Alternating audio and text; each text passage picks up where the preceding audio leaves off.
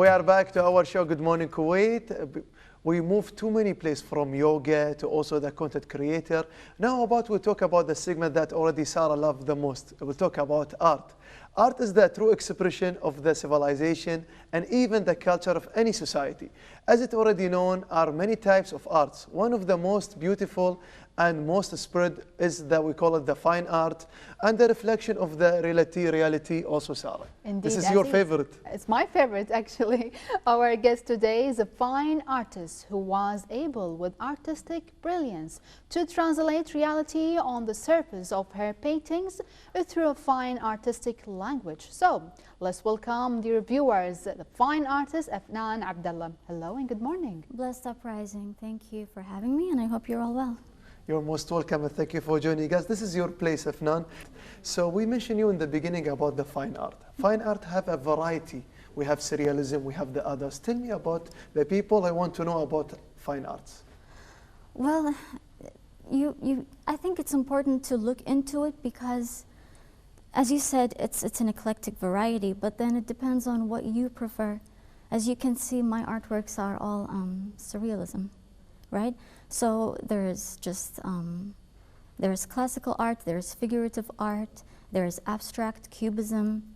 For me, I feel like surrealism is something I can resonate with more because, as you can see, the word surrealism means beyond surreal. So to me, as unreal and as strange as it might seem, this is reality for me.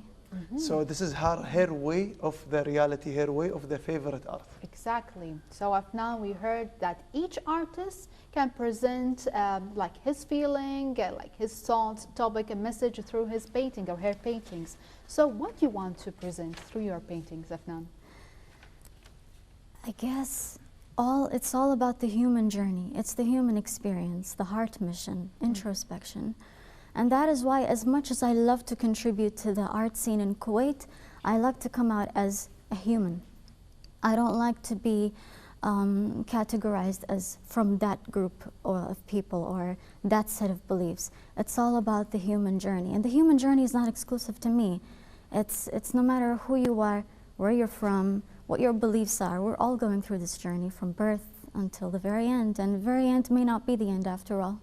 So how does the artist embody human feelings in his paintings? I guess that would be also very subjective. It depends on what type of art you prefer. If you're someone who just loves portraits, then you will focus on the expressions or the colors.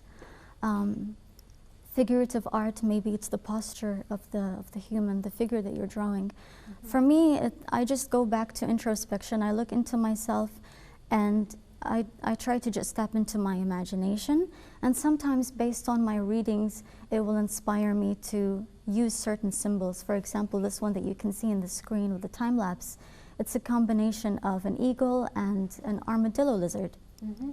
You can also see it as a phoenix, which is all about rebirth. Even the armadillo lizard, it symbolizes the Ouroboros, which is a symbol of that recreation in life. Everything is in a constant moving wheel.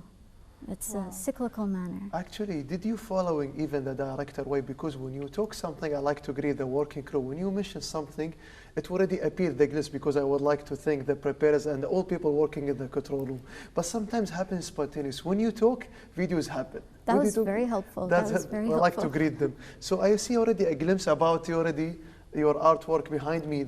We call it the steps of your artwork. Even you arrange the colors. You put also the 5-6 colors. Mm-hmm. Why do you choose to put this like one surrealism artwork? We see like it's like reflecting even our colors here. Yes. Brown with yellow. I love that synchronicity. And I love that we see it already on air, even the same, your artwork there. Yeah, and I think it's also related to the previous segments you've had in this episode. I love the synchronicity. I chose to add this artwork because it's an animal for a change, because back in the days I used to only draw faces. So I like the fact that now I'm sort of experimenting with different subject matters.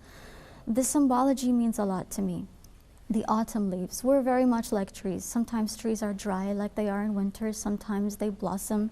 Sometimes it's autumn where you're on the verge of feeling dry, but that's just the very nature of life, right? Mm-hmm. The symbology of that phoenix and the tear coming down from the face. Because I think even when you go through the hard times, it's essential because this is where the rebirth comes. Yes. Yeah. So I noticed something before we continue. When you draw, you isolate yourself, and because you're focusing about something. Even our guest there, Jalen, she's a content creator. She's checking her phone to create her videos. So sometimes when you isolate yourself to do something, you create something, Sarah. Exactly. So we can say like imitate reality. The artist imitates reality in his or her drawings. So doesn't imitation prevent the artist from creating? I think it all goes back to intentions.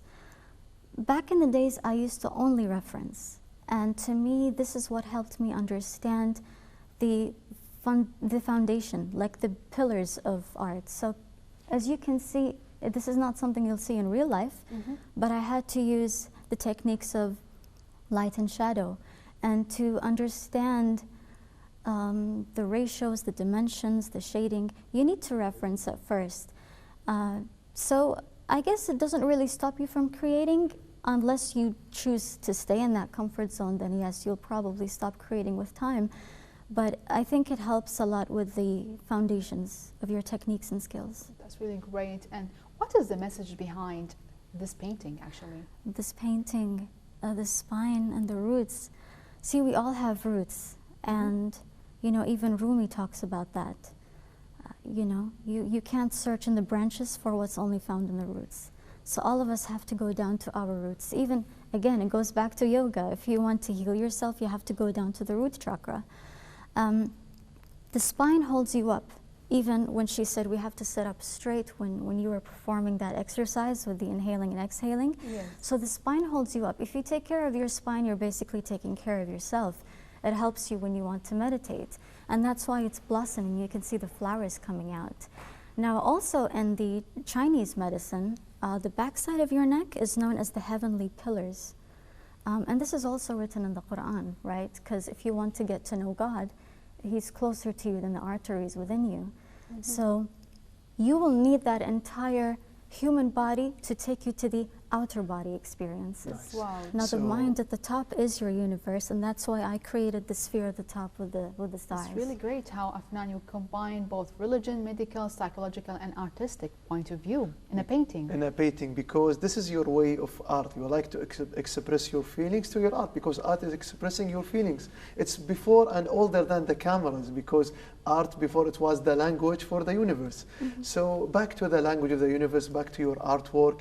I've been to your solo exhibition. Thank For you. in the Institute of the Kuwait Institute Fine Art Society, right? Yes. It's like when I've been there, I see too many of your artworks, amazing artworks, variety of people. Tell me, what about your expression when these people visiting you, especially the heads? Well, first of all, thank you for going, because I could tell you were very busy on that day. You had so much going on. You had enough on your plate. So thank you for taking the time, and thanks to everyone who supported me. And there are people who couldn't be there, including my own parents, but it doesn't mean they didn't really support me. So I'm grateful anyway for those who were able to go and for those who weren't able to go, but they kept me in their hearts. I was drowned in gratitude. I was touched. I was overwhelmed. It was like so many Feelings. it was like a roller coaster of emotions. And the preparers told me, what about the beginning? See, this is the glimpse about the beginning of the exhibition, right? The solo exhibition. Yes, the beginning. It's like you're constantly wondering what's going to happen. It just unfolds very spontaneously. There were 41 artworks. It took like years of work to finally come to this day. It was on the 15th of November. And I really want to say thanks to the Kuwait Arts Association, because they provided me with an opportunity that I never thought I'd have. They were very supportive. I think what I would say the highlight of the gallery would be the fact that people were very curious to share conversations about the artworks. You can draw all your life, but I think the magical moment is when you can share the thoughts behind the artworks with people. This is when you are really touched from within.